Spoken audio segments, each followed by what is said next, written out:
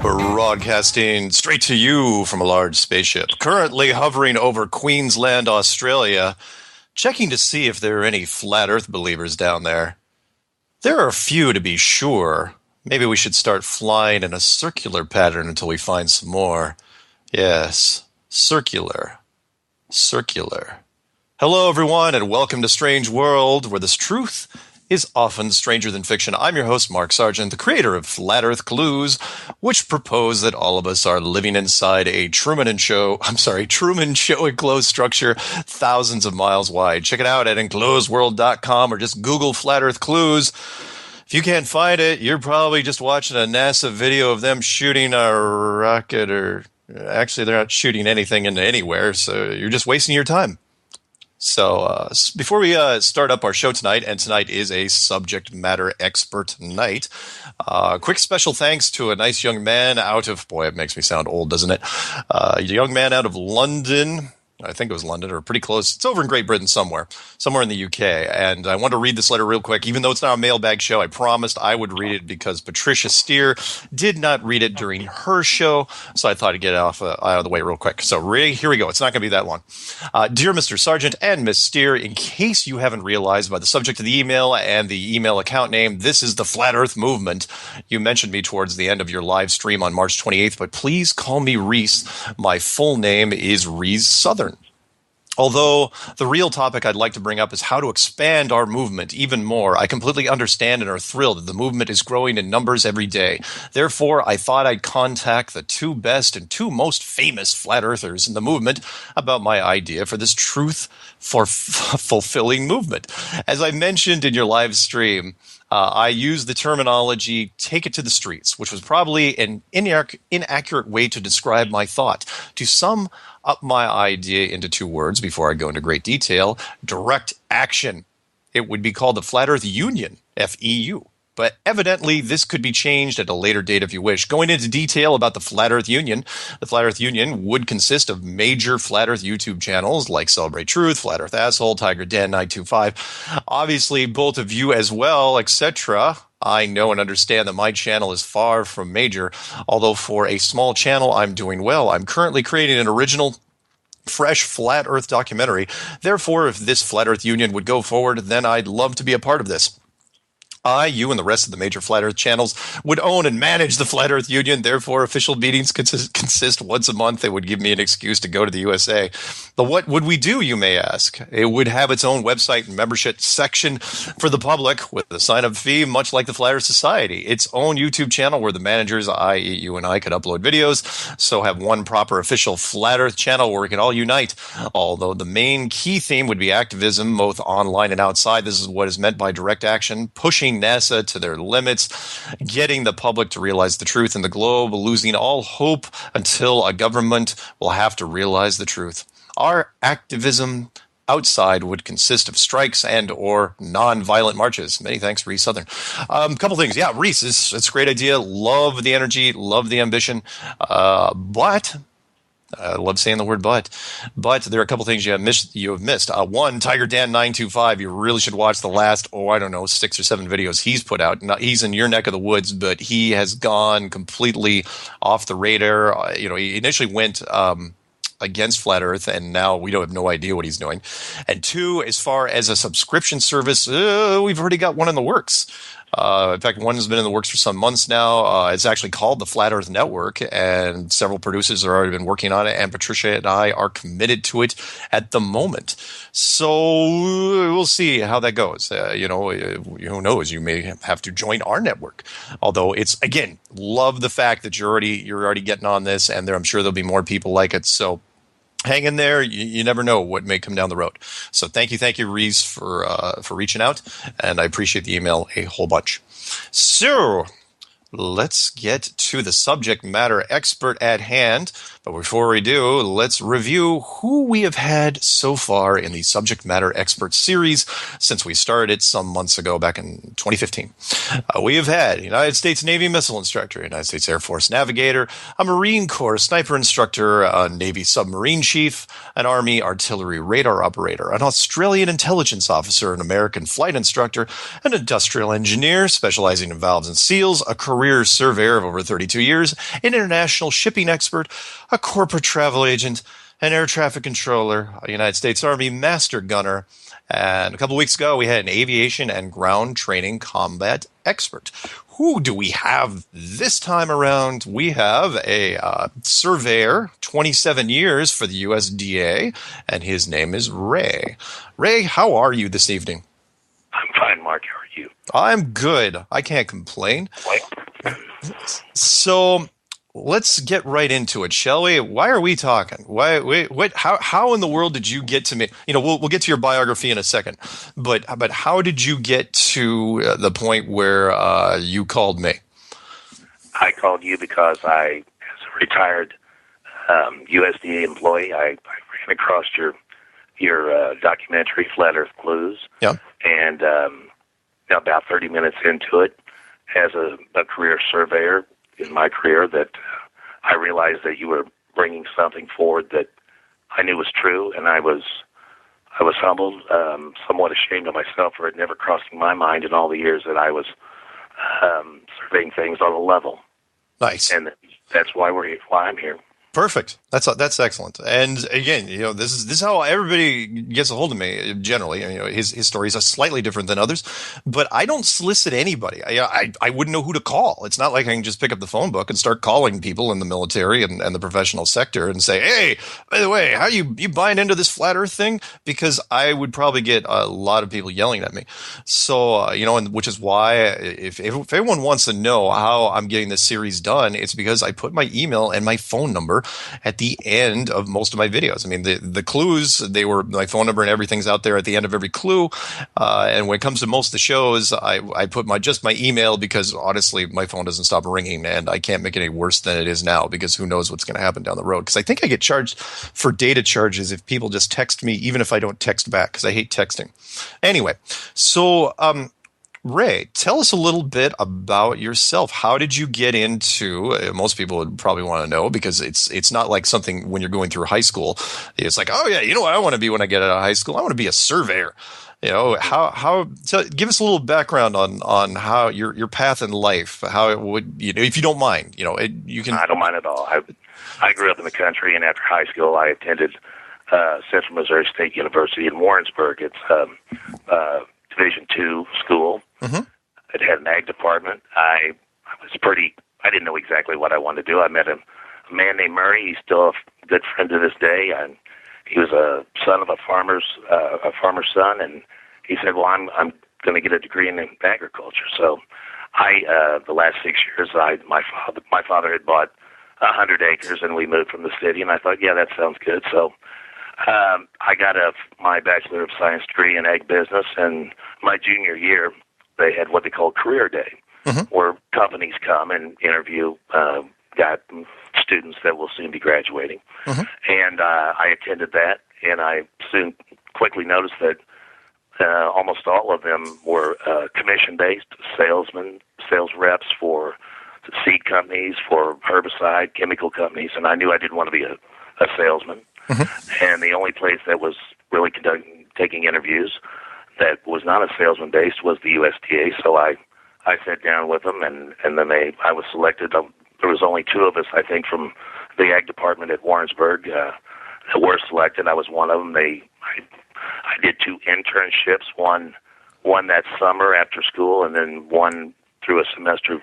I ended up getting my degree in 3 and a third years, and after that, I took a job with them, and I stayed with them until I accepted early retirement, which they offered, along with a lucrative settlement. After things got so bad, after 26 and a half years, I filed an EEO complaint mm-hmm.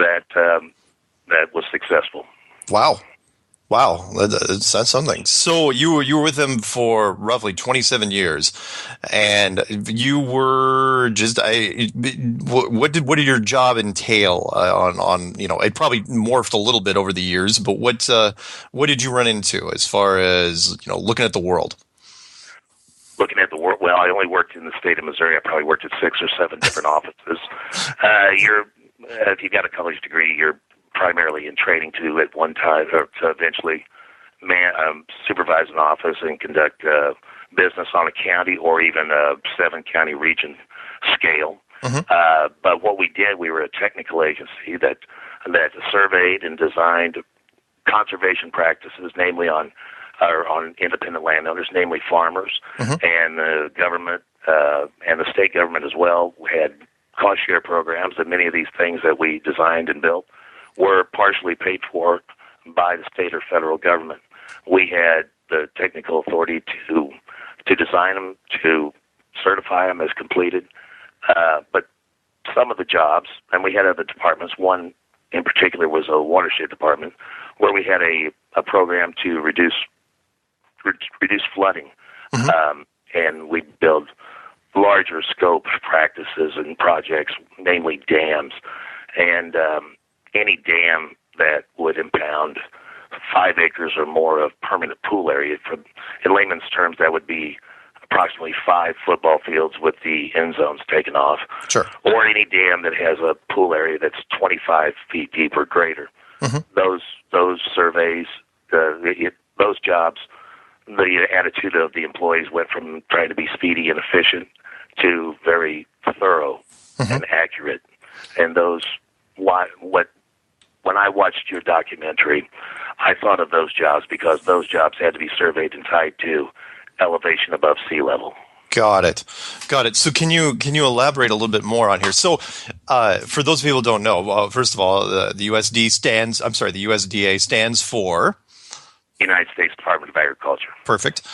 And you imagine in 27 years, you probably started shooting, doing the legwork, walking out in the field and shooting land parcels From day one. From day one. That's what you went. And with a spotting scope. What do you call those when you're surveying?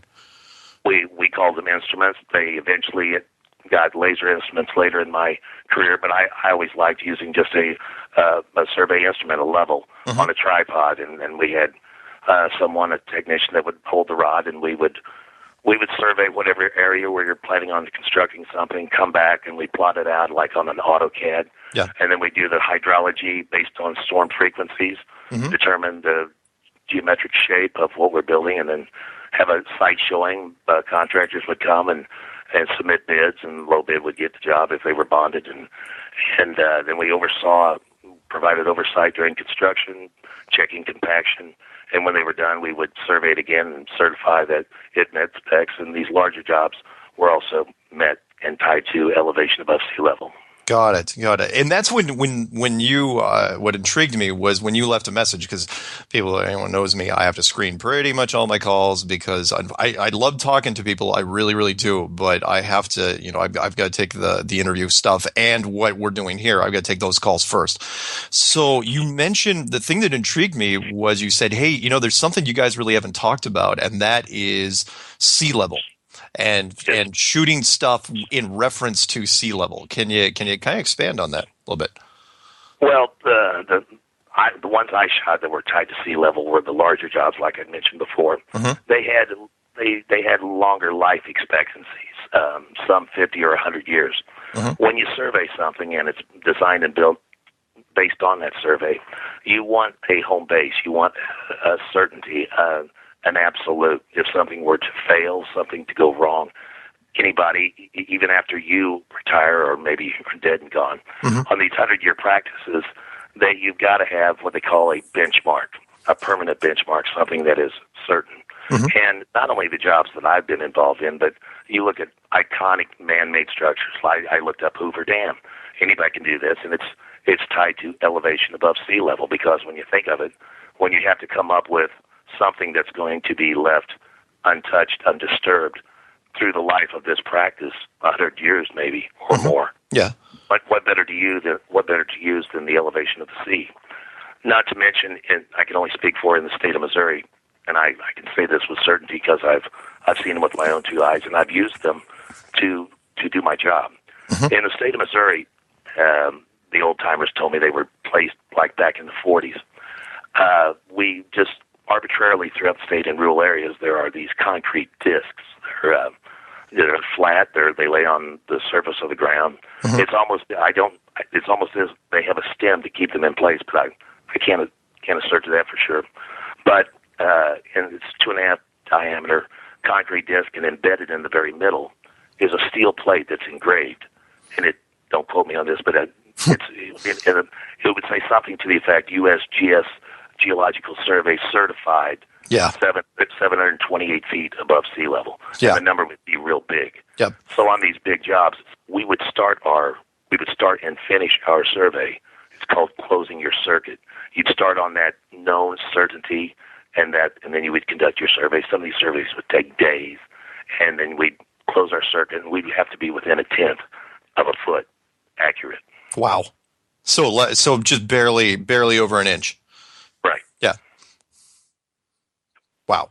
And these markers, yeah, and I'd heard about this, that the other surveyor said the same thing, which was, he said that these markers, no one had ever seen one ever get placed, but they were just part of this book, this USGS book, that, these markers, you may have to use them depending on what you're building, but they would be around here and there, and they were part of, in fact, he thought it was quite a revelation that these were the guys that put this down, the same guys that I mentioned in the clues that were tied to the azimuthal equidistant map.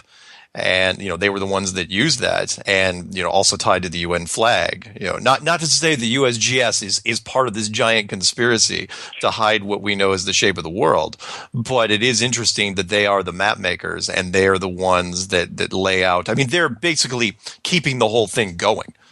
They certainly are, and a lot of agencies and even private sector work off, I think, of topography maps.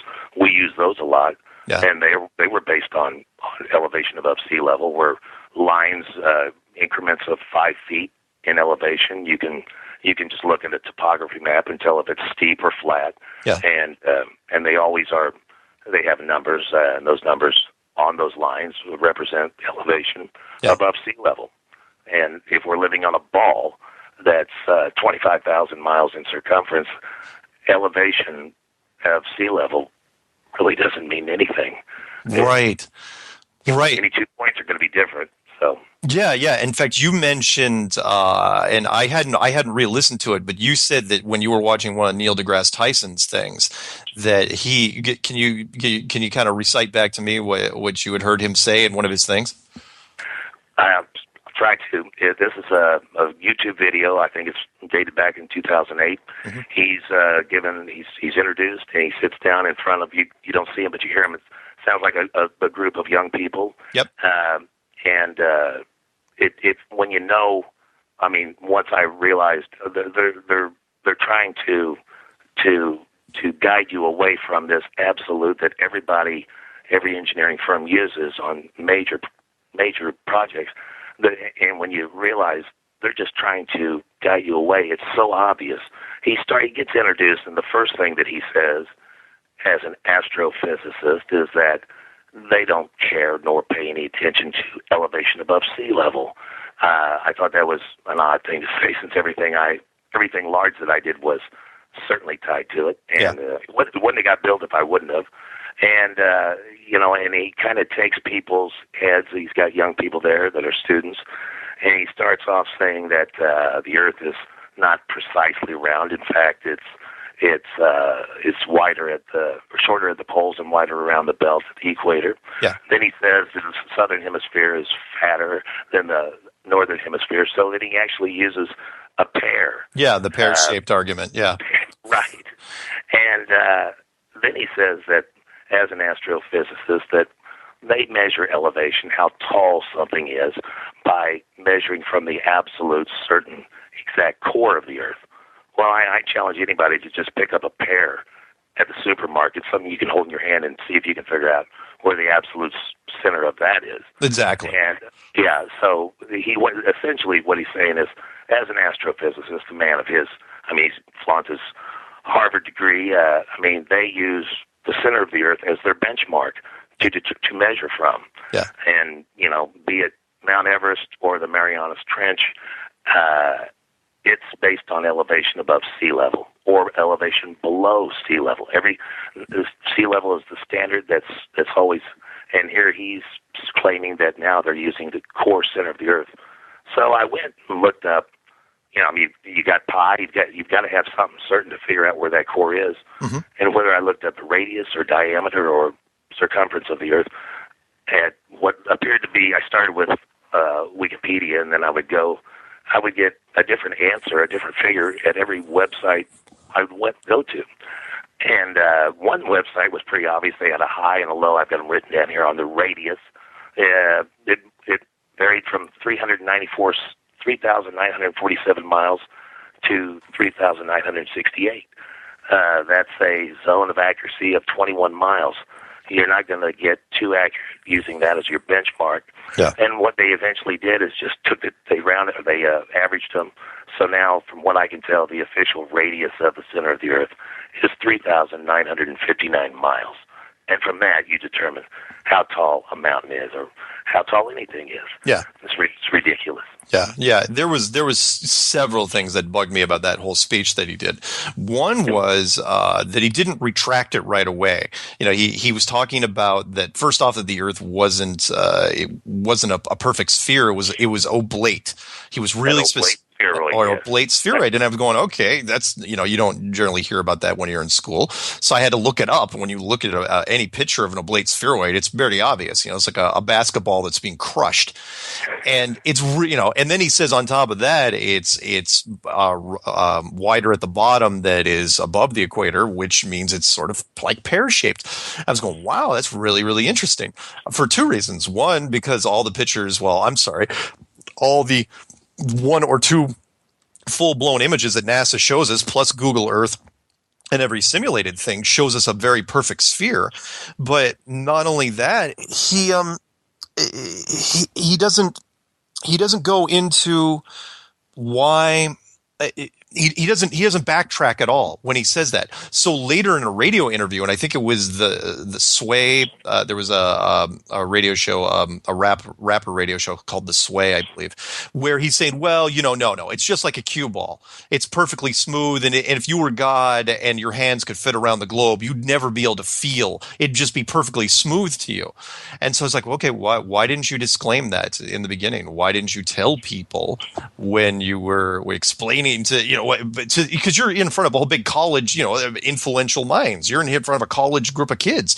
Why aren't you saying, okay, you guys are never going to know that it's not a perfect sphere, so I'm going to call it an oblate spheroid? Then why even say oblate spheroid? Why even say pear-shaped? If it is not even pear-shaped in the slightest, or if it's not an oblate spheroid in the slightest, why are you saying, you know, why not put a disclaimer right away? And he didn't. No, he didn't, and it was he took them full circle mentally, going with these pear shapes and oblate spheroids, and at the very end, he said, and this is a very scientific term. He said, cosmically, on a cosmic basis, for all intents and purposes, it's a perfect sphere. Yeah, yeah. So why say everything else? I mean, again, you can't look up oblate spheroid. You can look it up anytime you want on Google. Type it in and hit images, and you just get rows and rows and rows of squished spheres. And, you know, it just bugged me to no end. But anyway, the point where what you're getting at was sea level. It seemed very, very interesting that, let me ask you this. Let me ask you this, 'cause I don't want to forget, because I get scattered every once in a while. I jump all over the place, which is the surveyor that, and we've got, we only have a couple minutes to break, but maybe I'll bring it up real quick. And that was the surveyor that I talked to. He said the first day out of the gate, when you're going through the surveyor training, they said, if you're not, because he said there's only two types of surveyors. And maybe I'll read this before the break, and then we'll address it afterwards. And I read it to you at one point, I think during a couple days ago, but I want to read it one more time real quick. This is from Wiki, right? By the way, when it says plane and geodetic surveying, based on the considerations and true shape of the Earth, surveying is broadly classified into two types. Plane, Plane, surveying assumes the Earth is flat. Curvature and spheroidal shape of the Earth is neglected or ignored. In this type of surveying, all the triangles formed by joining survey lines are considered as plane or flat triangles. It is employed for small survey works where errors due to the Earth's shape are too small to matter. In geodetic surveying, curvature of the Earth is taken into account while calculating reduced levels, angles, bearings, and distances. This type of surveying is only employed for large survey works. Generally, the survey works below 260 kilometers or 160 miles radius are treated as flat, and beyond that is treated as a sphere. Thus, in this type of surveying, necessary corrections are applied to reduce levels buried in other observations. And we got like less than a minute till the break, but I wanted to read this. I read this during the Max Egan thing that I did just recently, but I wanted to read this again because people keep forgetting. It's like, look, projects below 160 miles across, that's pretty much most of them. So we'll talk about that when we come back. All right. Hang on, Ray. 3 minutes. Come back. Hey, Mark, what was the term again? Geodetic survey? Geodetic survey, yeah. Geodetic. Welcome back to Strange World. I'm your host, Mark, and with us, as part of the Subject Matter Expert series, is Ray from... Are you still in Missouri? I live in Kansas City. Ah, well, that's fine. So, and it's actually, it was an interesting question you asked just before we went to break, because the surveyor that I had from, I think it was Indiana, if I'm not mistaken, he kind of said the same thing. He went during the back part of his interview, because he was talking about, flat, how everything was always flat and every project was flat. And we'll get into that with you in a second. But he was saying, he goes, what would be interesting to talk to would be the geodetic guys. He goes, I don't know any of them, but he goes, I know they're out there. And because most of the surveyors that I've seen or talked to or chatted, up and heard about, they were always planar surveys, because geodetic guys are only used on projects that are over 160 miles wide. And as you would note, that's a lot of them. I'm sorry, that meaning most of your projects are less than 160 miles wide. Everything from cities to, small parks, you name it. I mean, the only thing you'd have to get, when you went out past 160 miles wide would be maps, if I'm not mistaken. And so he was kind of curious. He was going, yeah, he goes, those would be the guys you'd want to ask as well, because eventually, because he was curious, because he said, it's really odd because they think, he told me this off air. He goes, they start their whole basis in life is assuming that the world is a ball. And so then I had to amend my first thought about who's going to get hit, the whole flat earth thing, who's going to hit the hardest. Astrophysicists would be one, astronomers would be two, and now I have to include geodetic surveyors, because and some people disagree with me and say, no, they're not like astronomers. I go, oh, yes, they are, because their whole foundation is based off of something that is assumed for them. No different than an astronomer. When you ask an astronomer and you say, for example, tell somebody that specializes, let's say, in Jupiter, it's like, hey, tell me the gas makeup of the clouds of Jupiter, right? Well, their whole idea, their whole basis of how the clouds are based in Jupiter is on the foundation that we're in a solar system to begin with, because they assume the solar system. Well, since we're in a solar system, I can talk to you about Jupiter. Same thing with the geodetic surveyor. Yeah, I can map a sphere. I can wrap a map around a sphere because that's what it starts with. I have to map it around a sphere because that's what it is. It's a sphere. It's like, well, how do you know it's a sphere? I was like, well, it is. I mean, it's this loop that never ever ends. You know what I mean? Yes. I can only assert that I was trained and taught as a flat plane surveyor. Yeah. But at the same time, they weren't saying that they were certainly not saying that assuming that the Earth is flat, They didn't say that. No, they didn't. Yeah, they didn't. Well, they didn't have to, and that's what the other surveyor said too. That's why he called me. He goes. It's funny that you'd mention that you thought the Earth was flat, because we're told, the planar surveyors are told, like and it's right there in Wikipedia, that they treat the world, every project that they do, like everything is perfectly flat. Not that the world is flat, but their project is perfectly flat. And he goes into. He goes, that's really odd, because if my project's perfectly flat and the guy next to me, north, south, east, and west, if all those guys are perfectly flat, and some of these projects were pretty big, he's going, sooner or later, someone's going to have to deal with the curve, because, if everybody's project is lining up like crackers, and you're trying to go over a curved surface, eventually one of those projects is going to get way out of whack. And he goes, but they never did. He goes, every single project. He goes, we're talking about entire cities. He retired after 32 years. And he goes, not once did anybody's project line up to another guy's project. It was like, oh, hey, did you count for the curvature of the Earth? No, did you? It never, everything butted up against each other perfectly. And that really, really surprised him. And he's going, maybe it was assumed. And in fact, when he was young, he said, he asked the question. He's going, well, hey, don't we account for that 8 inches per mile squared? And they told him, they tell the rookies the same thing. And they say, well, you don't worry about it. It's, but they were literally saying that. They said, you don't have to worry about it. Your project's going to line up fine. And then, of course, everybody, like anybody else, it's like, well, if my project works, then what do I care? Right. And which is why you and this other surveyor missed it. And the same thing with the pilots, because I've talked to 3 different I've interviewed 3 different pilots in one way or another on this series, and because everyone says, well, wouldn't every pilot be in on it? I go, no, they don't have to be in on it, because when they're looking through the cockpit of their plane and they're looking at their instruments and it shows perfectly flat, yeah, it may go through their mind. It's like, wow, look at that flat horizon. But not once do they ever say, I bet you the Earth's flat. It never once does it come through their head. And they all said the same thing. It's like they're either too busy going over their checklists and, I don't know, not crashing, burying their plane into the ground. But it never, because they get from point A to point B, they don't have to be in on it. Because as long as they get their job, I hate to say that, it's not our laziness that we get sucked into. It's our daily routines. If you get from point A to point B and nothing goes wrong, it's the last thing on your mind. And since we're conditioned so young, it just never factors in. So, my suggestion, if you could solicit or get someone to volunteer, because my agency worked closely with them on several occasions, would be someone from the Army Corps of Engineers, because they have that's a good idea. Jurisdictional.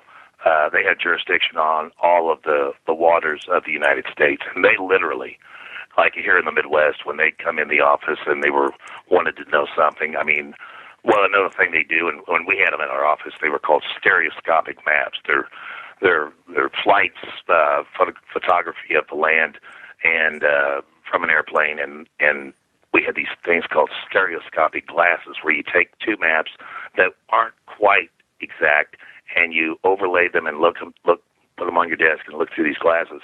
Yeah. Everything becomes 3-dimensional. I mean, you can, it's clear. That's how we determine when we build a dam how much rain is going to flow into this point of concentration. That's how we decided what size the spillway would have to be, how tall the dam have to be, all these things. But the Army Corps of Engineers, they literally wherever a raindrop falls, they track it to where it goes to a point of concentration, a point of concentrated flow, then a second order stream, a third order stream, then a creek, then a creek that's named, a small river, all the way into the Missouri, and then the Mississippi down to the Gulf of Mexico. They track a single raindrop. That is extremely interesting, because up until now, I don't think during the last 14 months that I've been doing the flat Earth stuff, I don't think anyone's even brought up the Army Corps of Engineers in conversation. And I've spoken with 7 different military guys from all branches. But yeah, the Army Corps of Engineers, and we all think the same thing. We hear Army Corps of Engineers. The only time you even hear that name come up is usually during some sort of weird disaster where they're Yeah. sandbagging something, especially down in the Mississippi. It's like, oh, the Army Corps of Engineers is going to try to rescue this town, or the other one, it's like the Army Corps of Engineers blew up the levees that flooded New Orleans. Mhm. But Well, I was involved with them in 1993. If you look back, I think that's correct. We had flooding here in Missouri of it was a greater than 100-year storm frequency. Yeah. One of the towns, the small country towns, went underwater for it was the umpteenth time. Only this time it was worse than ever, and FEMA came in, the Army Corps of Engineers came in. We were working 7 days a week. And basically, they came in and bought everybody's property that they chose to sell, and they literally, physically moved the town of Pattonsburg, Missouri, 4 miles up on a hill. I mean, it was the newest town in the country at the time, and lucky me, it happened to be in my area of that I was responsible for. So we were doing 7 days a week. I got to meet Harris Faulkner from the news, and she was one of the popular anchor ladies at the time. But it was a pretty big thing. Wow. And oddly enough, when they pick up churches and houses and move them 4 miles, they turn to the Amish because they had the most ability of leverage and knowing how to do it. They even had to cross a bridge with these structures. But a few holdouts went ahead and stayed in the town, but it became a ghost town pretty much, and later used as sets for movies. Really? Yes, and I'm sorry, what town was this? This was Pattonsburg, Missouri. Pattonsburg, Missouri. Wow, that's great. I'm going to have to look that up after the show. That's really cool. So the Army Corps of Engineers, they're a pretty big outfit. Oh, yeah. They're now is I know a lot about military, but I don't know much about the Corps of Engineers because let's face it, they're kind of boring in comparison to everybody else that has guns. They do a lot of engineering work, but they were the ones that moved the entire town. No, the Army Corps did not move the town. The local contractors moved the town. And then that's where the Amish, we had a large Amish community. Also in my area of responsibility. Jamesport, Missouri, it's kind of a tourist attraction. An interesting thing, if I may. Sure. During that job, the new town site, basically they bought a farm from a guy, and they built a new main street and did all the infrastructure. And working there was a gentleman that was well-dressed, and he had an accent, and curiosity got the best of me, and one day I just had to ask him. I couldn't fit him into any agency that was involved in this moving of a town, and his answer really floored me because it was something that I was here when it happened. I don't remember the date, but it made national news. We have one of our major hotels downtown in Kansas City. The skywalk fell, and it was in the Hyatt Regency. Okay. And there was loss of life. I think 114 people were crushed to death. Oof.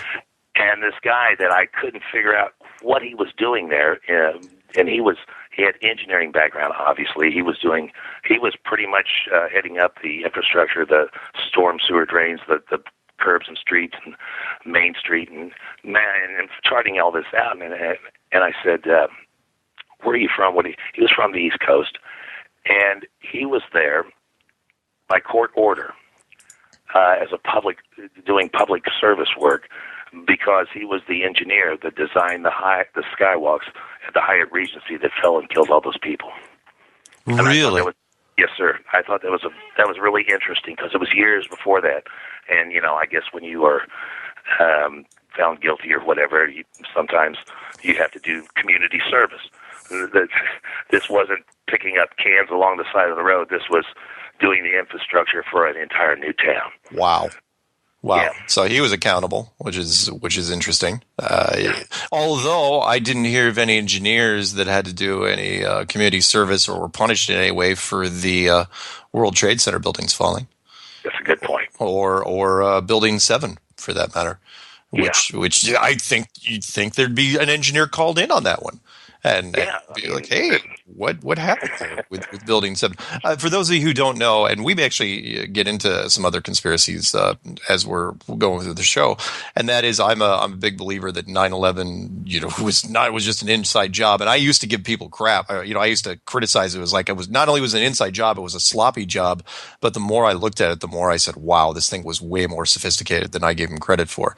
But there was still some odd mistakes when I think I told you when I was going through my career.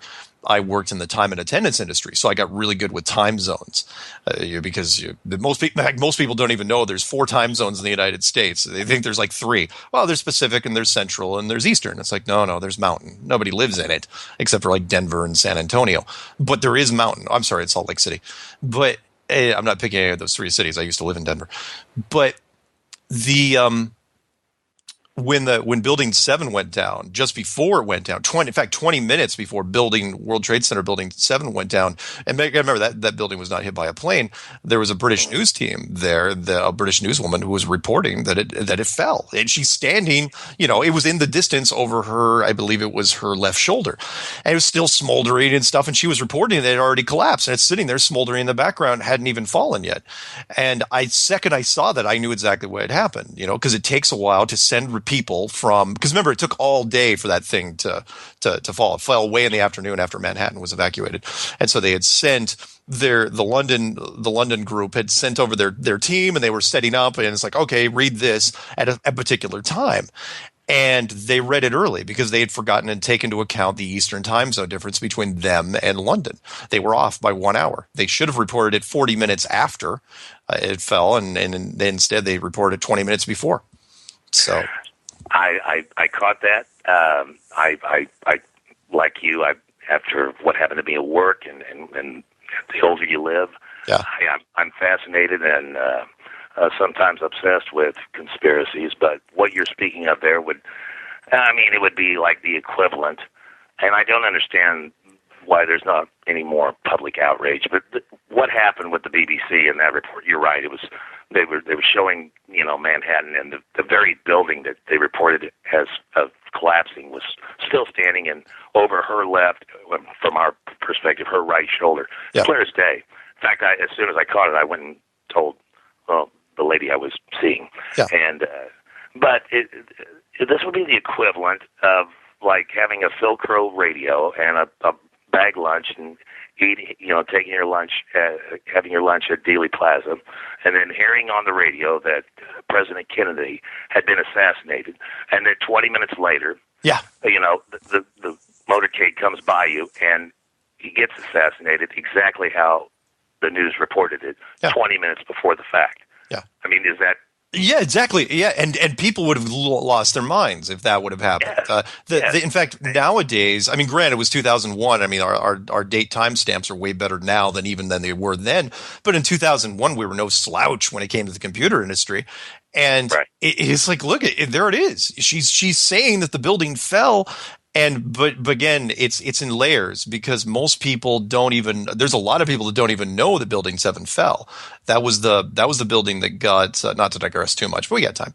Was the building that got Rosie O'Donnell in trouble. She was on the, part of the View, I'm familiar with it. Yeah, the women's television talk show. And she had talked about it. She's going, look, what happened with Building 7? Why is nobody talking about Building 7? 2 planes hit the towers. Nothing hit Building 7, but Building 7 fell. It's like the, you know what? I got a great reference. I just thought of it just now. Do you remember Steve Martin was in an Army, Sergeant Bilko? Do you remember that movie? I remember the movie, but I didn't see it. Oh, okay. But it's perfect. If you get a chance, there was a scene where they were going to fake this, that they had made something called the hover tank. That was what their base had made. It was basically like an M60 tank that was supposedly on a hover, like a swamp hover, fans and stuff. It wasn't anti-gravity. And they were shooting at targets, but it was completely a setup. Like they had explosives set up at the targets. And so they would like pretend to fire and the target would blow up. And then all of a sudden they they pretended to fire at one target that was directly in front of them, and then something 90 degrees to them completely blew up. And people are looking, and he's going, and Steve Martin is going, smart weapons. It just curved over there and hit it. And then people are like, oh, okay, that was fine. But that was kind of like that. It was so absurd, but they got away with it because the crowd was already into it. It's like, okay, we'll twist it that way. But the media really didn't do that with Building 7, which was, by then Manhattan had already evacuated. It was 5:00 in the evening. People were, already watched all the footage from everything else. It's like, oh yeah, by the way, Building 7 collapsed. Nobody made the connection, and it just drove me nuts. So same here, and let me just state that I'm not necessarily a fan of Rosie O'Donnell. Yeah, I listen to Trump discredit her, yeah. And I certainly am not a fan of The View, but I'm aware of the program. But yeah. She said one other statement that day, or maybe not that day, but on that program, she said, if you really want to know what's going on in this country, you've got to go outside this country to find out what's going on. And I think she's right, and I applaud that. And I think that's you saw where it got her.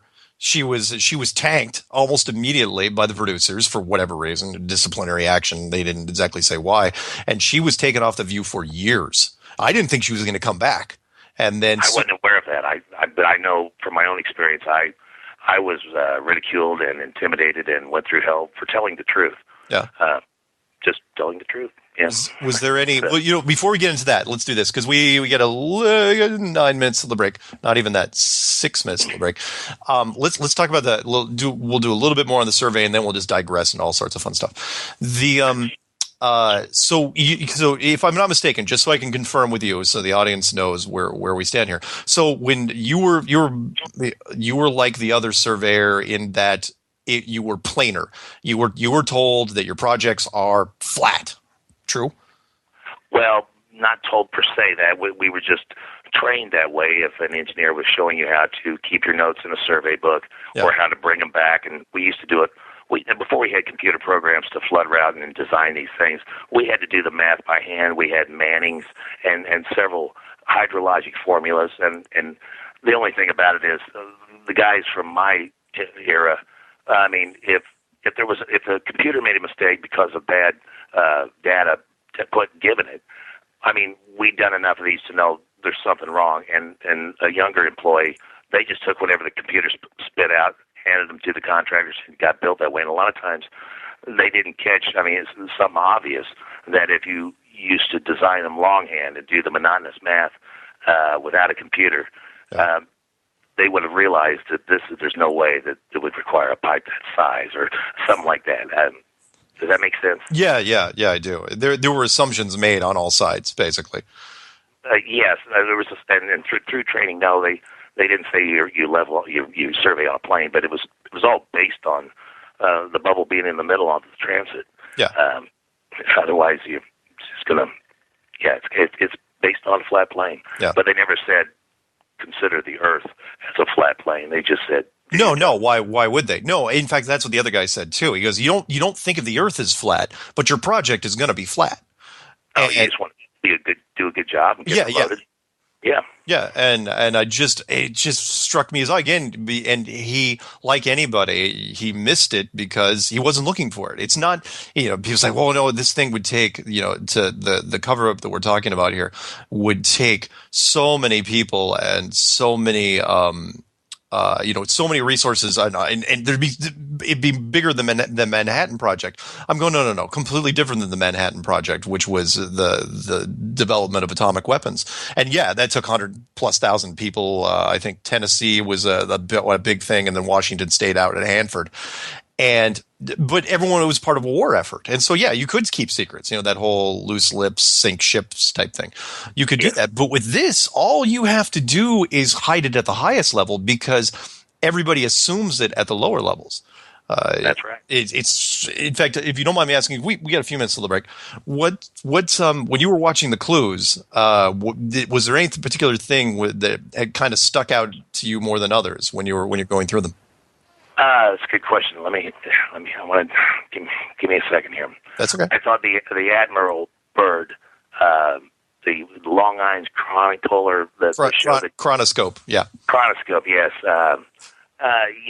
that's a man who's a tremendous explorer. When he said that the Earth is continuously shrinking, I thought that was somewhat cryptic, but I think I don't remember how the clues start out, but it started out pretty slow. You recognize a Max Malone. Probably the first thing that got to me, he said he has a knack for burying the hatchet in a long debate down to one paragraph. And he said in all the years, it was Max who said that in all the years and thousands of hours of NASA footage, not one astronaut has ever done the simple task of panning the camera 180 degrees, much less 360. Yeah. And common sense would tell you this would happen by accident. Yeah. But they can't and they won't, because that's a rule. Yeah. They don't show you the fourth wall because there is no fourth wall. That was one of the first things that went, oh my God, that is so true. Yeah, and that wasn't mine. That was Max Malone. I try to give credit where credit is due, and he was brilliant. And he finds, what I loved about his work was that it's not that he's finding the proof, he's finding stuff that should be there that isn't there. Right. Stuff you see in movies, like why there is no exterior footage of an astronaut turning around with the camera running? Why isn't there footage of anything leaving or entering the Earth's orbit from any country with the camera running?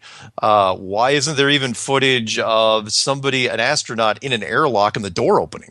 Right. It just goes on and on. It's like there's things that should be there, and we've always assumed, especially as Americans, that they're not. And then early on, it amazes me when I talk to other people, friends or people that I know, that the resistance, they don't want to hear it. It cognitive dissonance. Yeah. It seriously threatens their foundational beliefs. But watching your one documentary, at some point I thought elevation above sea level. Everything is based and measured based on elevation above sea level. Yeah. And elevation at the sea level doesn't mean dick if you're living on a ball. It's ridiculous. But it does mean something if you're on a flat plane. That means everything. Yeah. And it is an absolute. It's a constant, and it's a benchmark that'll last forever. Yeah. And that's what you do when you build a project that's got 100-year life expectancy. And at any point, if you need to fix it or repair it, you've got to go to a point of known to then go find out how much is required where to bring it back to meet specifications. Exactly. Yeah. And what you were saying, you're basing this off the core of the Earth. But I thought of. Wait. Actually, hold that thought. We'll be back in 3 minutes. Strange World. I'm your host, Mark Sargent, and this is part of the Subject Matter Expert series. We've done 14 so far, and our 15th is a USDA Surveyor of over 27 years. His name is Ray. Ray, are you still with us? Still with you. Cool. Through that break, I had a time to think, and I think I can answer your question on what triggered me while watching your documentary. I can say now after the break that I first thought of elevation above sea level and how everything is measured from that. And being a football fan, I thought of the Denver Broncos, who used to play their home games at a mile-high stadium. Yeah. And that's because Denver proper is at or about 5,280 feet above sea level. Yep. The Chiefs are they're in our conference, so they've been a nemesis for many years. Yep. But then I got to thinking, if we are living on a ball, and I don't pretend to be some mathematician, but I've done enough research and saw some other. I'm satisfied that the trigonometry formula is correct, 8 inches per mile squared. Mm-hmm. And if we are indeed living on a ball, it really would have mattered where you stick it's tangible. You can go to the beach, stick your feet and toes in the ocean, take a shot, and carry that elevation upland. And the Denver Broncos, Mile High Stadium as measured from where? West Coast, East Coast, exactly. Gulf of Mexico. Yeah. If they started their survey in Maine and we're living on a ball, the Denver Broncos might be playing at 2.5 Mile High Stadium. Yeah. It only works if you're on a plane. Nice. That's excellent. Yeah. Again, it's these little things. It just keeps driving more nails into the ball system. And I was really surprised. There was something I don't think I got a chance to bring it up during my discussion panel with Max Egan, which was I was listening because there was one. I got to say for a while there that no professional had ever made a video against flat Earth, and there was a geodetic surveyor that came out and made it. His name was Jesse Kowalski, I believe, and I'll link the video to you if you want to check it out after the show. And it's really interesting because he got to a point. I was with him for a second, and then he got to this point where he was saying, "All right, fine. I think everyone kind of agrees that the 8 inches per mile squared appears to be correct, and that's the spherical part of the Earth." But he goes, "But you guys are using it wrong." And it's like, what do you mean? And then he follows it up with, "All right, so here's the Statue of Liberty." He goes, "You can see that thing away from 60 miles or so." And he literally pauses and he goes, "So what? So what? So what? So what if you can't?" I'm good. And he didn't follow that with anything. He just said, so he didn't give an answer or any explanation or alternative to why we can see the Statue of Liberty from a boat, that's coming into New York, from 60 miles away. He just said, so what? And I'm going, wow, if that isn't classic denial, I don't know what is, because he won't even address it. He'll just, it's like, really? Why don't you just say so what to anything? It's like, hey, did you know there was only one full picture of the Earth in sunlight for 43 years? Yeah, so what? It's like, that's your answer. I'm not familiar with Mr. Kowalski, but I am with your debate with D'Antonio. And you made him he called you a computer game player, and he was a scientist. Yeah. And he works on reality and facts, and Yeah. And you made him break out into an absolute stutter. In fact, didn't he have to go to bed and he quit? Yeah, he quit. And well, you didn't even get a chance to hear the part. I think I've still got the original audio because I was recording it. The parts that were edited out of the radio broadcast, I was recording through the breaks. And he was all ready to quit. I mean, he was done before the break. He was just waiting for that first break, and then he was gone. And he just didn't take it seriously. Sort of like Stanton Friedman, the greatest UFO researcher that's out there. I think he's 80 now. And he comes on, I don't remember, you probably didn't listen to that one, where he and I were debating.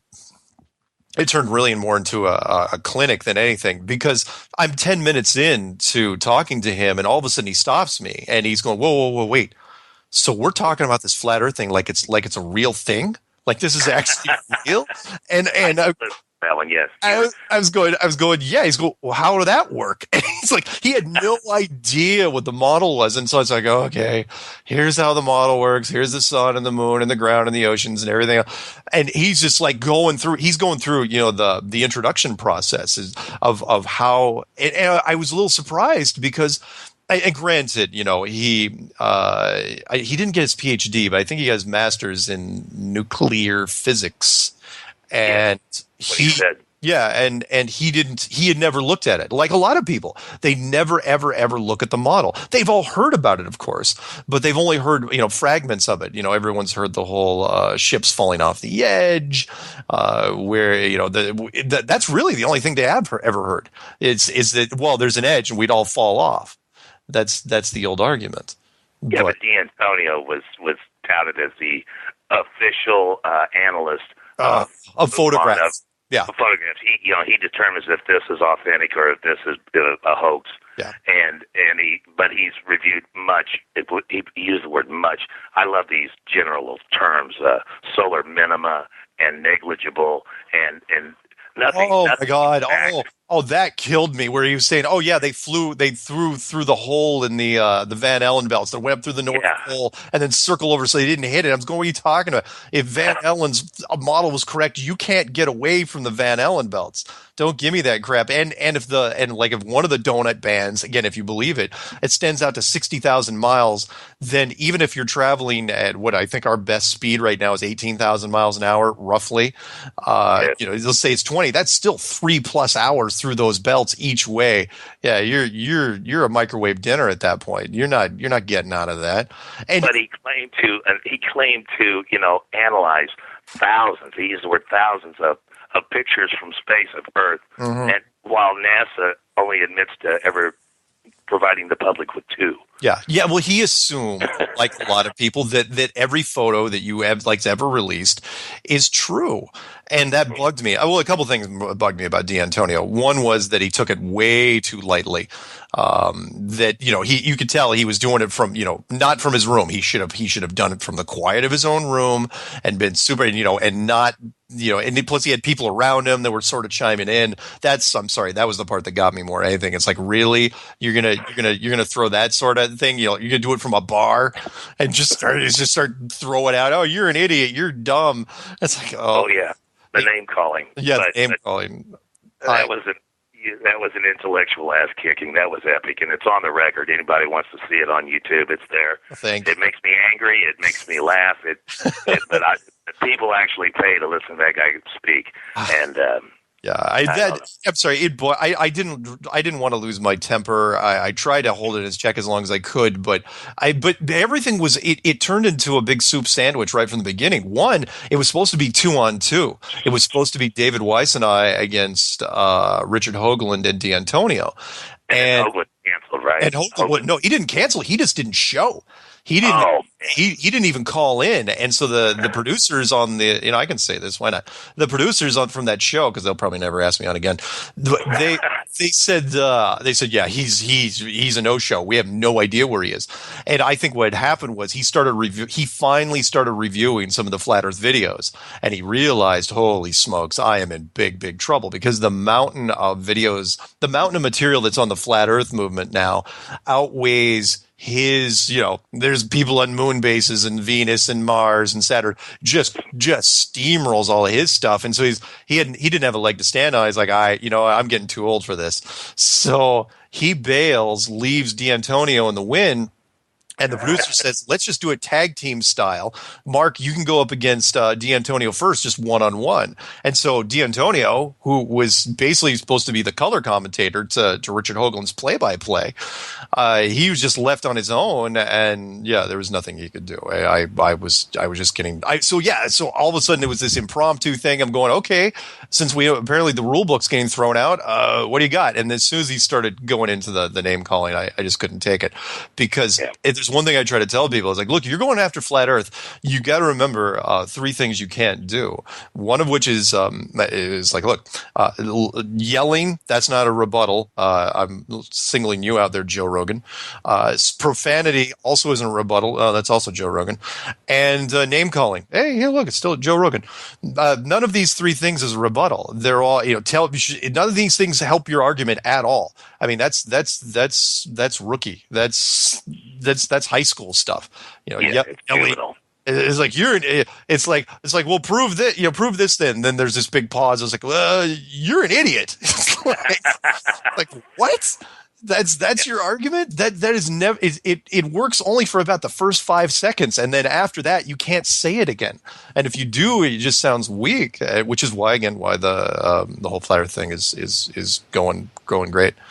Well, a lot of the people that Fox News have on to, that says 911 is not, according to the official story. I mean, you've seen them beat them up and just. They use with their hands. There's the whole thing on YouTube that, these anchors and the 911 they don't have a chance. Well, yeah, we've seen that with certain things, but you're absolutely right. The 911 has taken a little bit of a shellacking over the years. Not often, because you can't bring it up all the time, because people start to pay attention. It's like, why do you keep running stories about how 9/11 truthers are dumb? But they also did it fairly recently with the vaccines, which I thought was very, very interesting. Where they're saying, any parent that doesn't do the vaccine thing, they should be, brought up on charges of criminal, child neglect or whatever the charge would be. I was going, wow, really? You're going to say that on mainstream news? That's going to be your story? It's like, the pharmaceutical industries have no influence there. It was horrible.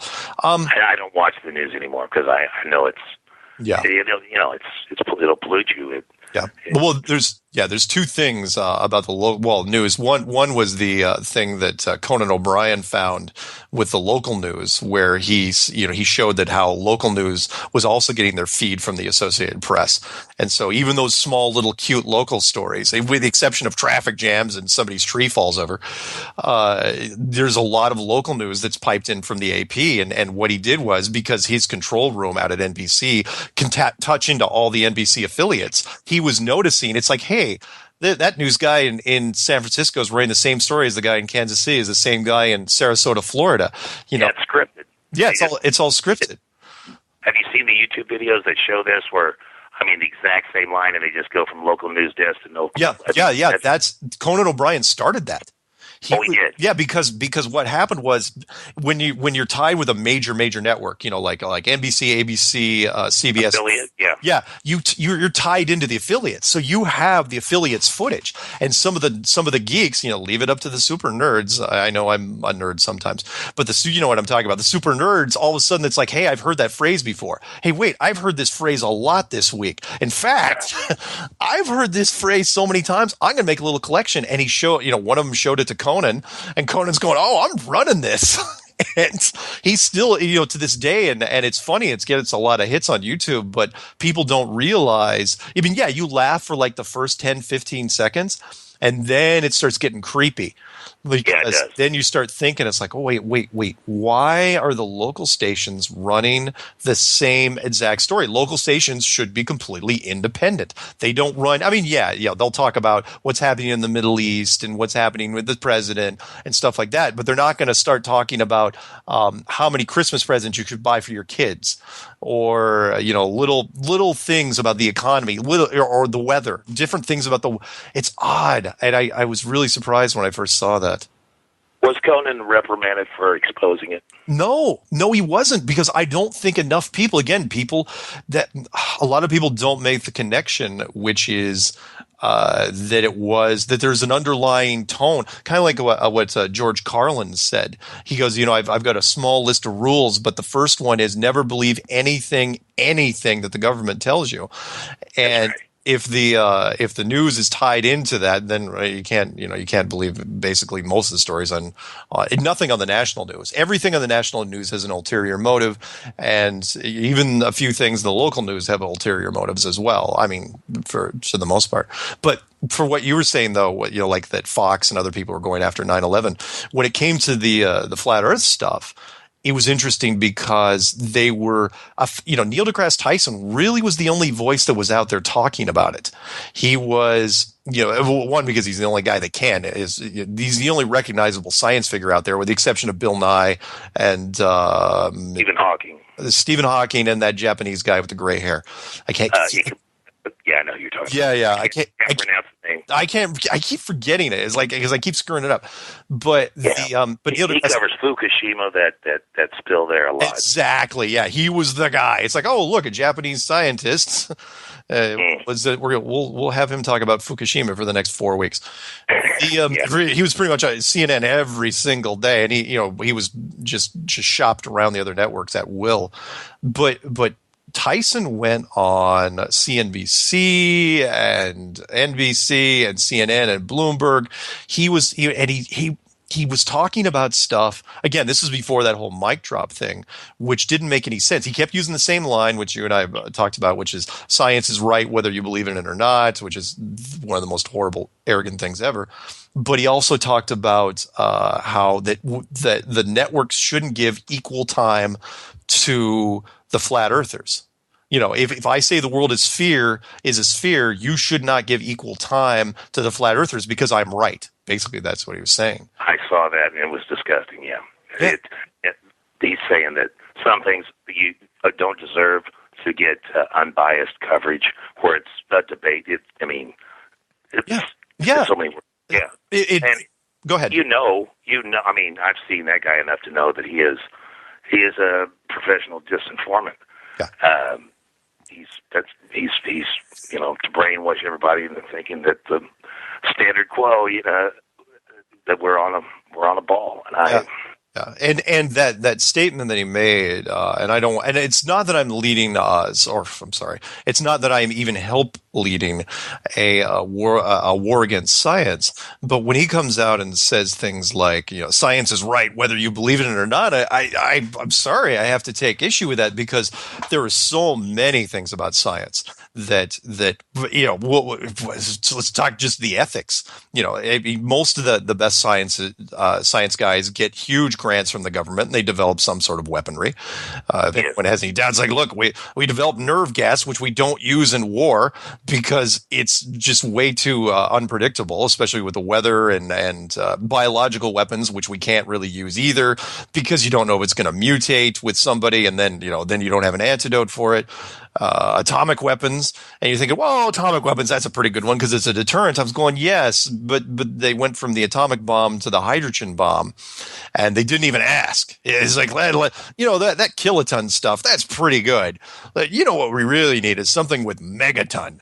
That's what we really need to do, because blowing up even though Hiroshima and Nagasaki were great successes, let's develop weapons that we haven't even used on a real city, because we can't find one that's not going to just destroy the entire area around it.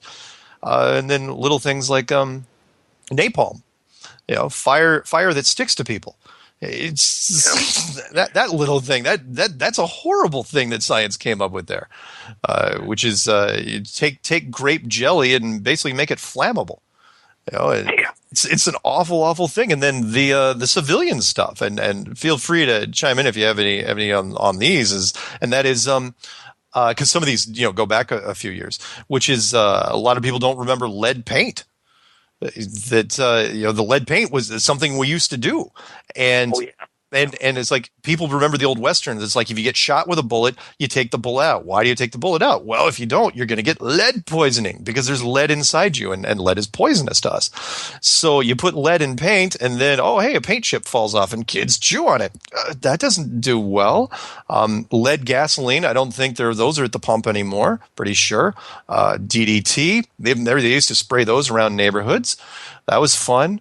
Let's see, asbestos. They're still paying people off in the class action. Remember when the asbestos lawyers used to run commercials pretty much every day? Oh, sure. If you've been injured or you've been affected or know someone who has. Yeah. Trying to massive class action lawsuits on that. The one guy that comes to mind for me is Dr. Stephen Jones from Brigham Young University. Yeah. He was in on the 911 for truthers. I believe he's controlled opposition, and if you look back a few years, maybe 20, he was younger, and I've seen enough documents and video. Pons and Flashman were, I think, brilliant scientists, and this cold fusion. I think that Dr. Stephen Jones single-handedly was told to just shut them down and say it's all BS. There's nothing to it. Yeah. But it looked like a free source of energy from way back then. So I don't. Yeah. Well, people. I keep, and again, not to pick on science. It's like, why am I bringing up all this stuff about science? It's like, well, because science, like anybody, we'll take science out of the equation for a second. We protect, even at the lowest levels, we protect our own interests if we can. And it's just a self-preservation thing that extends to the stuff around us. People forget. Some of us do. Some of us will. Some of us do. Some of us arrogant, and we don't want to. Some of these scientists aren't willing to give up their status and their celebrity for some. Yeah. Even when it really it's disturbing when you bring math. I mean, defensible math to them, and they weasel out. They deny it. Yeah. It like the guy that you were discussing earlier. It makes me think. I try to communicate using analogies because I think it's an effective way. Yeah. But trying to pin them down and get an answer reminds me of trying to tack or nail jelly to a stump. They just slough off. Yeah. And they divert, anything to avoid just answering the simple question. Yeah. You're absolutely right. I keep thinking of an old X-Files episode where there was this guy, this weird genius that had developed a tractor or a car or something like that could run on water. And, the oil industry, they're not dummies. They hire some very, smart guys and some very scrupulous guys if they can, and because they look for that stuff. You think I'm kidding? The automotive industry, I think it was the automotive industry or the petroleum industry, I think it was the automotive industry, when they were really ramping up in the 50s, they went out to California and bought up a lot of the public transportation companies, the trolley companies. Yes. And they disabled them. They ripped the car. They took the cars off, ripped the tracks out of the streets because they didn't want people to take public transportation. They wanted them. They didn't want any sort of trend to develop. And that was on a documentary called "Who Killed the Electric Car," which was about the EV1, which was an experimental electric car that was gaining a little bit of traction. The celebrities were, it was way ahead of the Prius, and I mean, it was the first one that was out there. And the oil companies thought, you know what, this is a little too early. Too early for this, and we're pulling it. No one was allowed to buy the car. They could only lease it. And when the lease was up, they weren't allowed to release the car. They took all the cars back, and they put them in the compactors, and they crushed them, and that was it. And then, short thinking, because who came along later and dominated the electric market was the Prius, and then the Leaf, and right. Tesla's getting. I mean, one quarter they had the most popular car sale in California. I saw that. Not very expensive, but yeah. I think they're what they can run on a single charge is farther than anybody else. But I've always drove Chevrolet products, and they've got a Chevy Spark EV that it's only available in Oregon and California. They're not. You can't even buy one here. Nice. Yeah. Again, companies will protect their own interests. And before the break, I got to get this one out because I've been kind of nagging on lately, which circles back to the science part of it, and that is I call it the Raiders of the Lost Ark syndrome, which is everyone loves Raiders of the Lost Ark, 1981, Harrison Ford, where they're looking for the Ark of the Covenant, and everyone's fighting over it. Who's going to get it? The Nazis. Is going to be the Americans. Well, the Americans got it in the end, and the very last part of that movie, the last 60 seconds of that movie, the last scene, as a matter of fact, they take the ark. What do they do with it at the end? They put it into a big wooden crate, and they put it into a warehouse, and they hide it away from the public forever. And the reason was, it's like, well, what was all the big fighting about? What was it all? And it was because science wouldn't be able to deal with the Ark of the Covenant, because the Ark of the Covenant was this magical, mystical artifact. It was something that science couldn't explain. And you're saying, well, it's a mystical artifact. It doesn't exist. I was going, yeah, but what if it did? Even if it did, they would try to hide it. No different than the Holy Grail, which they touched on yet in another Indiana Jones movie.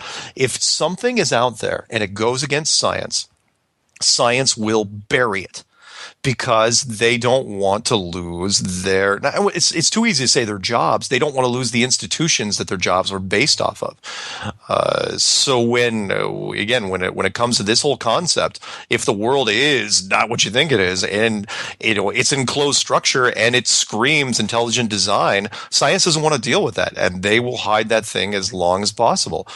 Which is why one of the clues I made, which is called Hiding God, has resonated with a bunch of people, because they're saying, well, why? I was going, well, because it's science, the academic world, every college would be turned upside down, and they would be rewriting textbooks for the next 10 years, at least, trying to deal with it. So even the great inventors, from what I could tell, we all send our phone bills into Southwestern Bell. Yeah. Oh, wait. Hey, hang on, Ray. We've got one more break. We're coming back to Strange World. I'm your host, Mark Sargent, and this is our last segment. And yes, that was Joe Jackson stepping out from his album Night and Day. With us, USDA Surveyor of over 27 years. Used to be in Missouri, but now he's in Kansas City. Am I right?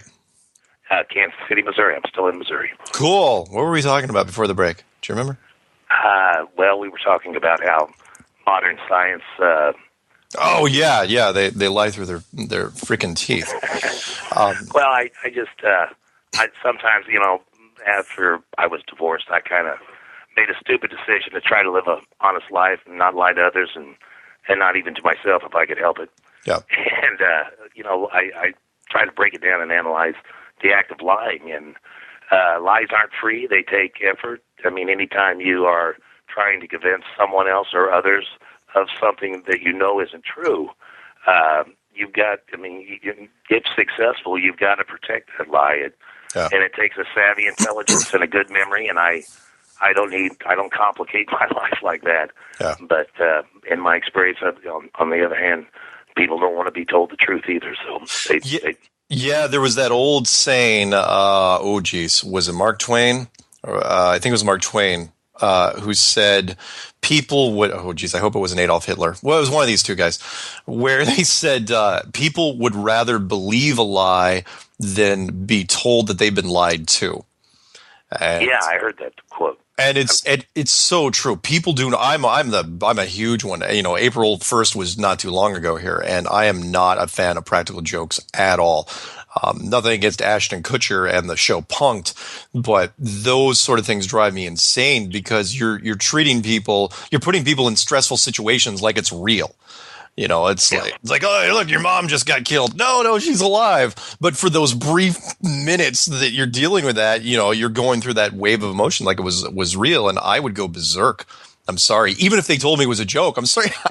I'm sorry. Look, I have to apologize, you guys. We're going to have to beat you to death with a baseball bat for doing that to me. Because, you know, who knows what sort of trauma inflicted. But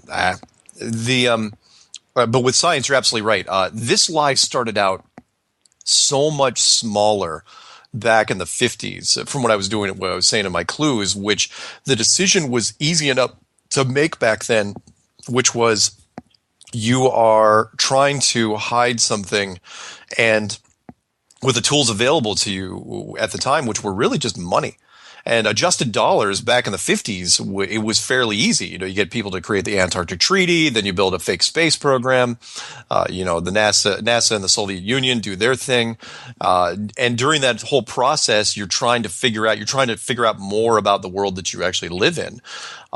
Unfortunately, the web get like anything. You know, you've heard that, you know, the tangled web we weave. It just got more and more tangled because other countries became industrialized and got in on it. So now, in the beginning, there was only NASA and the Soviet Union that had these supposed space programs. But then you got the European Space Union, and Japanese, the Chinese, the Indian, and they all, when you get to a certain point, there's certain people in each of those groups that know that it's not real. Yes, there is. Which reminds me, I have to ask you this, you know, and I don't want to dig in too much, but did you have any doubts at all when you were growing up about because you're a little older than me, I think, about the Apollo program and the whole moon landing? I remember where I was. I have everybody that knows me. If I receive any compliment, reoccurring compliment, they compliment my honor or my modesty, but they say I have a good memory. I remember where I was standing when the broadcast came out, and no, I didn't question it at all. I mean, Walter Cronkite, I remember him taking his glasses off and tearing up a little bit. This is tremendous, you know what I'm saying? This greatest achievement. Yeah. But the balls that it would take to even attempt to pull that off is what it's hard for me to wrap my head around. Yeah. I mean, the ones that are pulling the strings and lying, the act of lying. Yeah. It does take a guts that I don't care to possess. Yeah. I learned so much more in retrospect about the Apollo program because for me, you know, growing up, I had always heard, you know, rumors, and I know outside of the United States, like you had mentioned, you want to learn more about this, you know, about what's true and what's not, get outside the United States, because there was people outside the United States who were going, America, the moon, not a chance. I think Great Britain was a big part of that, where they, you know, up until just this year, they weren't involved in any space program at all.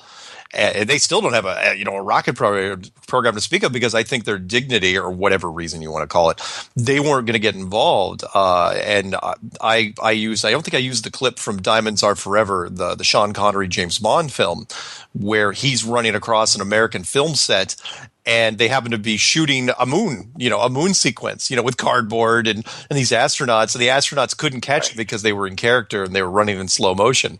And, you know, and it looked pretty authentic. And it was this little jab. It's like, oh yeah, by the way, Americans, we get it. We know what's going on. But for me, the big thing was because it bugged me. It really, really stuck in my craw, which was, I shouldn't say that's a really dated saying, which was, why would you fake it? Why would the Americans fake the space program? And I couldn't, yeah, there were reasons out there. Yeah, national pride, wave the American flag, stars and stripes, rah, rah. I got that. But it was like, it just for the money that was spent, it just didn't make a lot of sense to me. And it's being and continuing to be spent. Yeah. And this Kelly, I forget Johnson, is it? Scott Kelly. Or Scott Kelly, yeah, I'm sorry. Yeah, bald guy. Yeah. No, the one that's Orion trial by fire that says we got to find a way to Jim. No, not Kelly. Steve Kelly. Steve Kelly, I think. Okay. Well, anyway, whatever. Yeah, not Jim Kelly, the quarterback. Steve Kelly. I think. Oh no, not. Oh no, I'm sorry, Kelly Smith. Wow.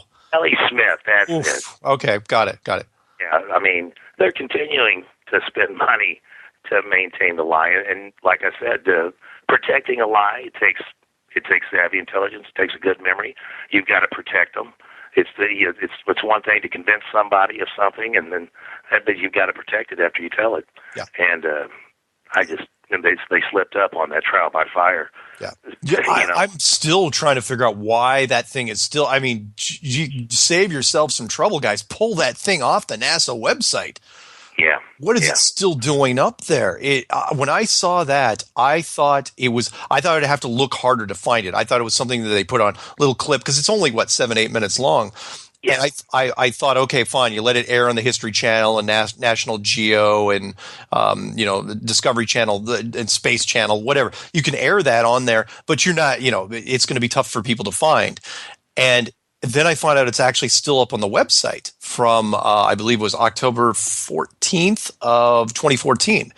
October 20th, October. Well, it doesn't matter. All you have to do is look up Orion Trial by Fire, and it's on the NASA website where, Kelly Smith, this young guy that works for NASA, he's wearing his NASA polo shirt, and he's talking about how the Mars mission has to figure out how to solve, the Van Allen radiation belts are so deadly that they're going to have to send unmanned craft through there until they can solve the radiation problem. And it's all, go ahead. It's almost, I take it personally. I mean, it's hard not to think that this isn't a deliberate, blatant insult to the Americans' intelligence. Yeah. If you're under 30, you may not get it right away because you don't understand. It's like because it's been now 2 generations since the Apollo program. I mean, 2 full generations to where even one of Neil deGrasse Tyson's underlings on one of his shows, because he's got his own talk show, where she was saying, yeah, she goes, that whole moon, that moon stuff, that was a thing. That actually happened, like it was like ancient history. And she was going, but she was saying, look, you really need to do this again because, we've got kids growing up now that have no, there's no direct connection to it. It's like, oh yeah, these guys, these old timers did it back in the day. And we're losing those Apollo astronauts one by one to where, it's not going to be too long from now where it's like, oh yeah, all the Apollo astronauts have died from natural causes. Right. But they didn't die from cancer going through those radiation. There you go. Yeah. They didn't. Nobody died from cancer going through the belts. Nobody died of radiation poisoning. At my little rant where it's like, look, the thing that why we're talking about the Orion trial by fire thing is that the Apollo program, and it wasn't just Apollo 11 through 17, it was also Apollo 8 and 10 that also supposedly went through this belt round trips, 8, 10, 11, 12, 13, 14, 16, 17, went through the Van Allen belts, and NASA still to this day absolutely will not tell you the shielding they used. Because there was no shielding, because they never went. Because the Van Allen thing, oh God, Van Allen announces in 1959 that there's these horrible, deadly bands of radiation which nobody should ever go through, which pretty much stopped any space program from ever happening. And then all of a sudden Kennedy is like, oh, we're going to go to the moon by the end of this decade. And it's like, oh, that's gonna. And then so then Van Allen has to retract all that and say, okay, if you go real fast, go real fast, you won't have to deal with that radiation. I go, you mean fast through 60,000 miles of it? That's a little bit of radiation you have to get through there, and plus you go real fast without any shielding. It's because you can't use any of the 2 big elements, which are lead and gold, because that increases. All spacecraft are all and all aircraft are all aluminum. Right. You have to make it light. You cannot put lead on the top of a rocket. It absolutely is a horrible idea. And any rocket, I don't care where it's going. You don't put a big, heavy object on top of a rocket. It throws the whole In any aviation, I've been. Yeah, you That's don't true. put lead anywhere. We've all heard stories. Oh, geez, what was that stories from Band of Brothers where some general was going to fly into D-Day and he wanted to catch any anti-aircraft fire from below his Jeep. Because he was going in with his Jeep. That was basically the only thing that was on this plane. So he said, you know what? Weld some steel plates below the Jeep so that I won't catch any anti-aircraft fire. And these things were gliders, basically. And so as soon as they cut the glider loose, well, the trim dynamics were completely off. The thing just flew into the ground like an anchor. And that's your perfect example why you don't use heavy metals. That's just steel. That's not even lead. Right. I think, was it Band of Brothers or was it the movie with Tom Hanks? I'm sorry. You're absolutely right. You're same production team. Saving Private Ryan. Wow, good movie. Good catch. You're absolutely right. Yeah, I think it was where they were looking for 5 brothers. 4 of them had been killed in action. Yep. And they found Saving Private Ryan. Yeah. Yes. Matt Damon was the real Private Ryan, not the. That's right. Yeah. Good catch. Absolutely right. But you remember that part where it was a really sobering thing where the general, it's like, oh yeah, the general died. Mm-hmm. Because it's like, oh yeah, I'll just put steel on the bottom of my thing. It's like, you don't know anything about airplanes, do you? You do not. They use the acronym FUBAR, if you recall. Yeah. I won't say what it means. Yeah. But that's they associated FUBAR with that. With trying to save one man. Yeah. The whole plane went down and killed everybody. Yeah.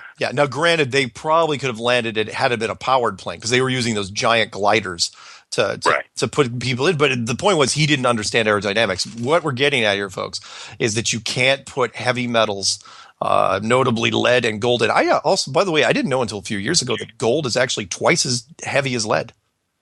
I didn't know that. Yeah. You look at the periodic chart because I thought. Do you remember? Not to go into too many references. Do you remember Die Hard with a Vengeance with Samuel L. Jackson? Didn't watch it. Sorry. Okay, that's all right. He they were looting a gold reserve. And Samuel L. Jackson, there was a loose bar of gold. He picks it up. He goes, wow, this is heavy. And a true bar of gold is actually twice as dense as lead, and lead is very, very heavy. I didn't know. Heavy metal. What's the number? Do you know the number on the periodic chart? I don't know. I mean, it's AU, but I don't know. That reminds me of that dumb nerd joke. Hydrogen and oxygen walk into a bar, and they sit down and have some water, and then gold walks in, and they go, "Hey, you, get out of here!" It's such a terrible joke. That's what we call a groaner. But anyway, the point is that you can't use heavy metals. And by the way, I've got to throw one more thing out there because while we're on this, because aircraft is, we all know it's always aluminum. It's fairly cheap to use and it's super light and it's fairly strong for what it is, right? But it's not. But aluminum is still aluminum. You can crush an aluminum can very, very heavy or very easy to do compared to the old. You're old enough to remember the old tin cans. Oh, sure. Yeah, tin cans, those were not so easy. When people said they could crush a tin can on their head, woo, yeah, you didn't want to hang around that guy. But what I thought was tying in real quick to 9/11 was something that, again, I took for granted because we'd all seen the footage of those of an aircraft flying into the building. Right. And just disappearing into the building over and over again. I was like, wow, that's really amazing. That's really amazing. And because I saw it on video, I never analyzed what some of the things I was good at. And one of my little side hobbies is small arms and most notably ballistics. I'm fascinated with ballistics, when it comes to shooting things. And do you ever shoot? Ever shot? No, I'm terrified of guns. Never have. Really? My dad tried to get me to be a bird hunter, but I didn't like guys bragging about their stupid dogs. I just freezing outside. I never got into it. Sorry, but no, it's okay. I do all target shooting. I never shoot animals. I'm a big believer of. I mean, I understood people shot for their own food back in the day, but that's not what we are now. But anyway, the point about ballistics is, if you know anything about shooting, is that the top part of a cartridge is lead. It's the tips are always lead because lead's heavy and you need momentum to go down range. And when you shoot something like a steel target, because if you don't want to shoot paper targets, you can always shoot steel targets because the lead will never go through it because the lead, the energy disperses when it hits, it flattens out, and it never goes through it. Even though it's super super dense, it's also soft, and so the energy goes into the steel target, and you can shoot that steel target all day, and that no bullet's going to go through it. It's just physics, right? Isn't it true though? There is I understand the equal and opposite reaction energy, but blasting the people that do these implosions and bring down buildings, by design, they use these blasting caps to go through the infrastructure, but aren't those really cutting steel with just high speed air? Yeah. Explosives, because they're using, it's not blasting caps. I also know a little bit about explosives. Okay. They're using a combination of, a cutting explosive. So it's a shaped charge usually that blows through it. And the feet per second, the blast, how explosives work is you're pushing the air. It's the air that cuts because we live in really kind of the stuff we breathe is really like a lesser version of water. Water is hydrogen and oxygen, but what we're actually breathing is oxygen and mostly nitrogen. So you're pushing, it's like 80% nitrogen. I know it's 79% nitrogen, 19 and a half, whatever it is, oxygen, and then some trace gases. Well, let's just call it 80-20. But most of our atmosphere is nitrogen. And so what you're pushing is you're pushing kind of like how depth charges work underwater. Most people realize that the depth charges in the air don't really do much, but underwater the shock wave is amplified by the density of the water. That's why they can crack subs in half. The depth charge doesn't have to land on the sub. All it has to do is get close, and the water will crack it in half from the shockwave. Same thing when you're using cutting explosives. You're shaping the charge around it, and you're cutting the beams, and you're eventually going to drop it from the inside. So you're cutting the beams out, and you're just collapsing the inside. What I want to say real quick was that what was interesting was, you can shoot a steel target with a lead bullet all day long, and it's just going cling, cling, cling. It's not going to do anything. But what's interesting is if you ever find, and it's really tough to find because you have to have somebody make it for you, if you use an aluminum bullet, it's even worse because not only is it a soft, pliable metal, but it's also light. So you could shoot aluminum bullets at a steel target. You could shoot, basically the gun is going to wear out and start shedding parts before you actually get an aluminum bullet through that steel target. And you're thinking, okay, Mark, what's the point? The point is, okay, fine. If I have shooting an aluminum bullet at, say, 1,500 feet per second at a steel target all day long, I'm never getting through that thing. Then how does a really hollow, slow moving aluminum bullet, known as a jet airplane, fly right into a steel reinforced target? I got a friend that was in New York when those buildings were being constructed, and he told me the steel in those things was hellish. He'd never seen anything like it. I've heard someone, and the steel thins as it goes up, of course, but someone said even at that elevator or at that floor where the building where we saw the second plane go in, someone said the steel, double wall.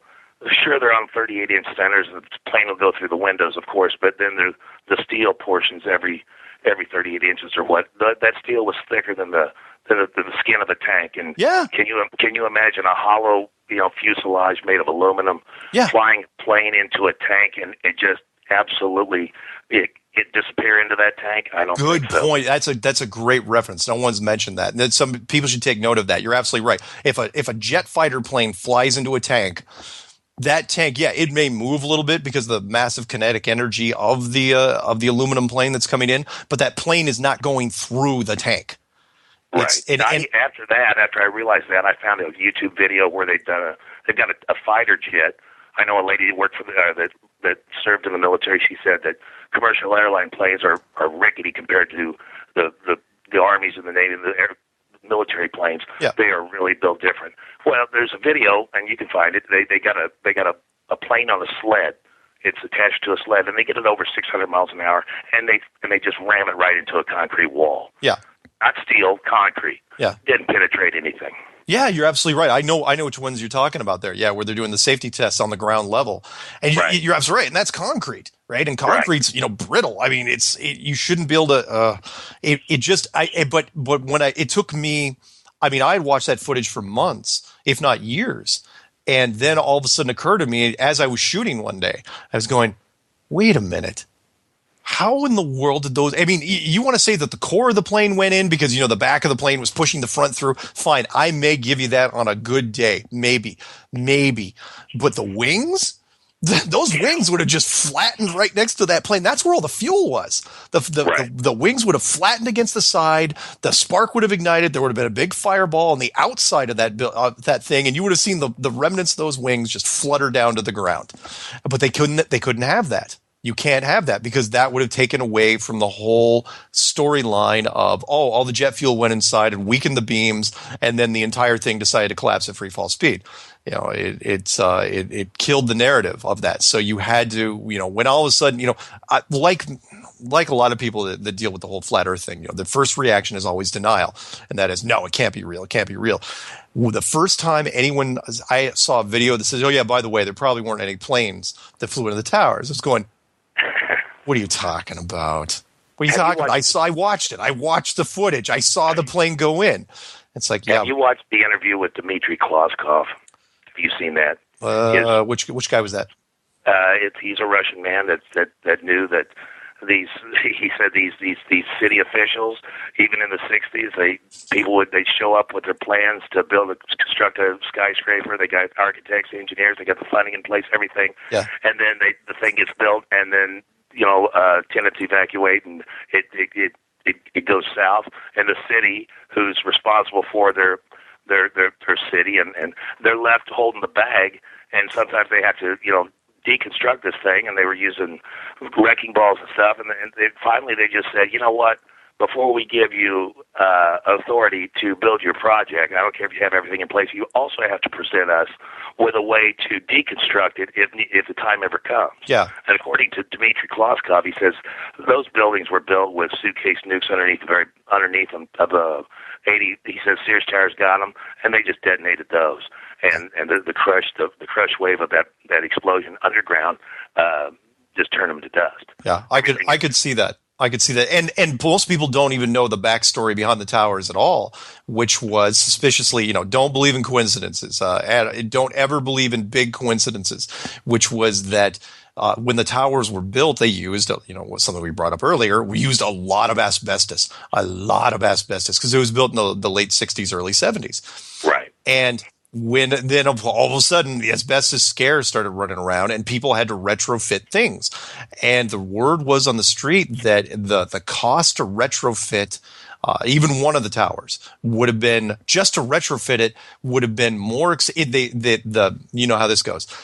They said it would have been cheaper to demolish the building and build it from scratch than it would be to retrofit the building. The problem is you can't do a controlled demolition of something that big inside Manhattan. You'd never get approval for that. So coincidentally, let's nothing's wasted. Let's get somebody else to buy the building. They'll put an insurance thing on it. Talk to some government people. Hey, who's willing to give up their building for a government operation? Oh, okay, let's do this. And then the whole thing happens. And it looked sloppy from the exterior, but really what happened was there were so many layers of deception. It just never worked out. Anyway, sorry, we only got like a minute and a half left of the whole show. So, thank you very much. Thank you for having me. Oh yeah, no, it was great. USDA Surveyor, 27 years. You are going to be added to the subject matter expert list. If anyone wants to check it out, it's part of the playlist called Testimony Shows on my channel, Mark K. Sargent, on YouTube. He's the 15th so far, and we're just talking that the world is not what you think it is, and you got to go out, don't take my word for it or Ray's word for it or anybody else's word for it. Just, go out there and do your own research. And and ask questions and talk to people about this, because there's more subject matter experts. And what you brought up, if anyone's out there in the Army Corps of Engineers, or any of the other groups in the engineering departments that are tied to the military in any way, and of course I'd love somebody that actually worked for NASA. We got Air Force, that was pretty close, but I'd love someone that was from Space Command or NASA. Would love that. And really, other than that, the thing I'm trying to get in a habit of doing at the end of the show, because I believe in flat Earth friendship, is treat others better than you treat yourself, and the world will ultimately be a better place. 10 Commandments is one thing. We'll see. Hey, thanks very much for coming on. Thank you. Stay with me. Don't hang up.